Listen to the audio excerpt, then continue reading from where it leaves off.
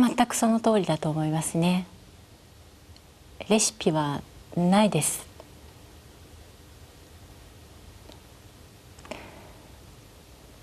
だからレシピは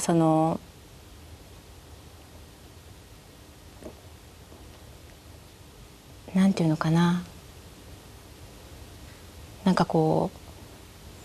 神様からの贈り物みたいな感じで、自然とふわっとできるもので、その時とかその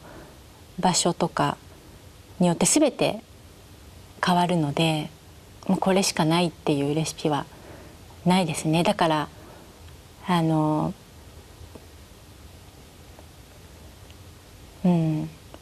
餃子だけじゃなくて、私の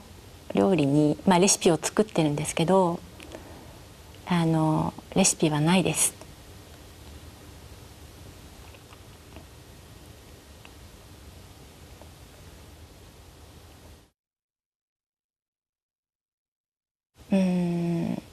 レシピはあくまでもそれを作りたいと思っている人にある程度こう目安になるものであって、これというようなものじゃないと思うんですよね。でも私がこうレシピを考えるのはすごくいろんなことをこう頭の中でこう巡らせることができる、それが楽しいからレシピを多分作っているんですけれども、いつももうこれで最後、これが私のレシピ、もうこれ以上はないっていうものは必ずできないので、なんかこう永遠のなんか人生のテーマみたいなそんな感じですかね。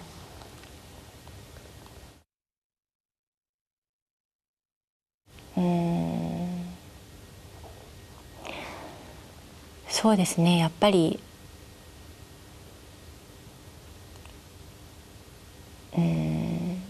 食べ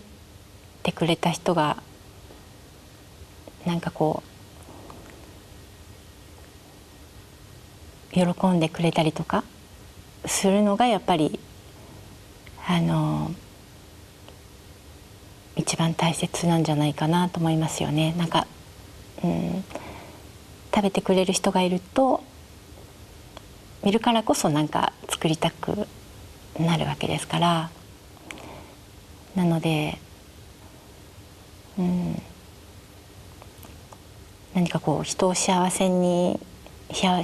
気持ちにできるようなものが作れたらいいなと思います。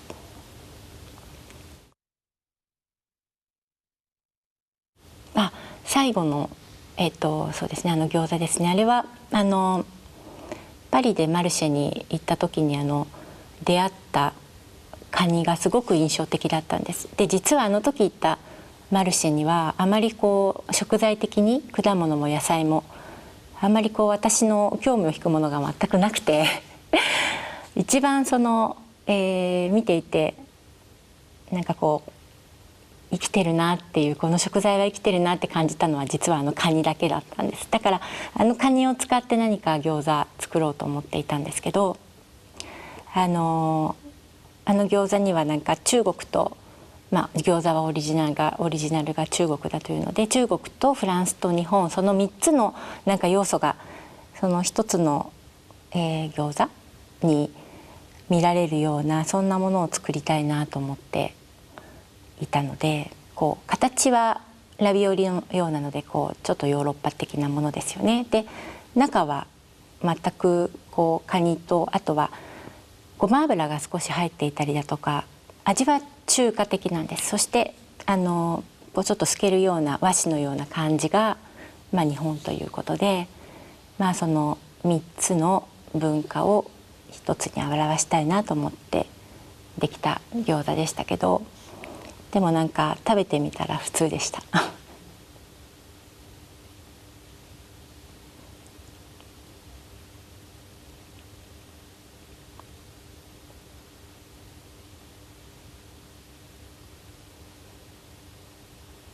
近藤さん、はい、ありがとうございました。はい、VTR 質問ともに以上に、はい、大丈夫ですか？